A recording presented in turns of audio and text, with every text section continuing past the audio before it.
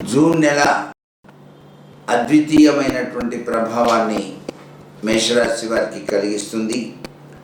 కుటుంబ సుఖ సంతోషాలు, వ్యవహారాల్లో అనుకూలత, వృత్తిలో తగినటువంటి అభివృద్ధి, తగినటువంటి ఆదరణ, అందరిలో కూడా తలలో నాన్కవలే మెలిగేటువంటి ధోరణి కూడా వస్తుంది.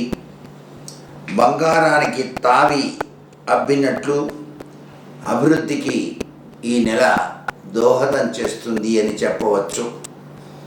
ఏ పని చేసినప్పటికీ విజయ పరంపరలలో జీవితాన్ని కొనసాగించడానికి ఈ నెల చాలా చక్కగా సహకరిస్తుంది. కాబట్టి మంచి మంచి నిర్ణయాలు తీసుకొని భావి భవిష్యత్తుకు రాచబాట వేసుకోవటానికి చాలా చక్కటి ఉత్తమోత్తమైనటువంటి స్థితిగతులు ఈ రాశిలో ఎక్కువగా ఈ నెలలో కనిపిస్తున్నాయి. అంతేకాదు, అధికారుల వలన చిన్ని ఇబ్బందులు కలిగే సూచనలు ఉన్నాయి. కాబట్టి అధికారుల యొక్క ఇబ్బందుల నుంచి బయటపడటానికి వీరు తప్పనిసరిగా ఓర్పు వహించడం అవసరం.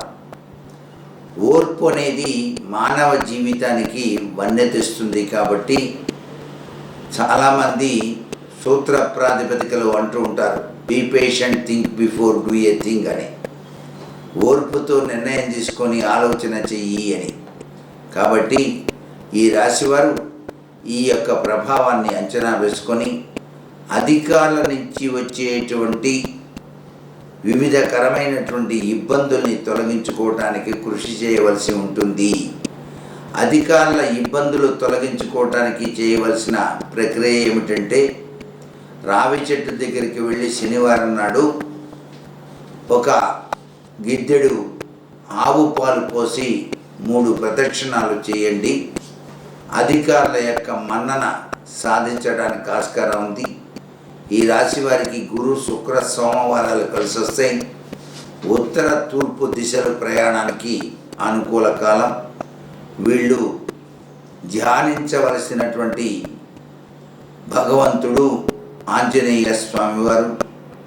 ఆంజనేయ స్వామి వారికి సంబంధించి హనుమంతాయ నమః అనేటువంటి మంత్రాన్ని ధ్యానం చేసుకోవటం ఉత్తమోత్తమైనటువంటి స్థితిగతులను ఇస్తుంది. మెడలో 3 ముఖాల రుద్రాక్ష తప్పనిసరిగా ధరించడం వల్ల కూడాను అద్వితీయమైనటువంటి అభివృద్ధిని సాధింపచేసుకోవడానికి ఆస్కారం ఎక్కువగా ఉంది.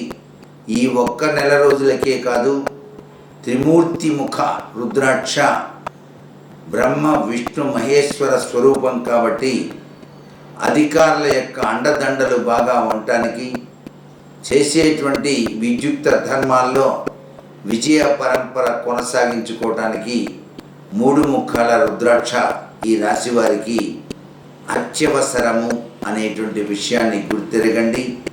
ఇది కావలసినటువంటి వారు కింద ఉన్నటువంటి ఆ యొక్క ఫోన్ నెంబర్కి ఫోన్ చేసి కూడా కనుక్కోవచ్చు.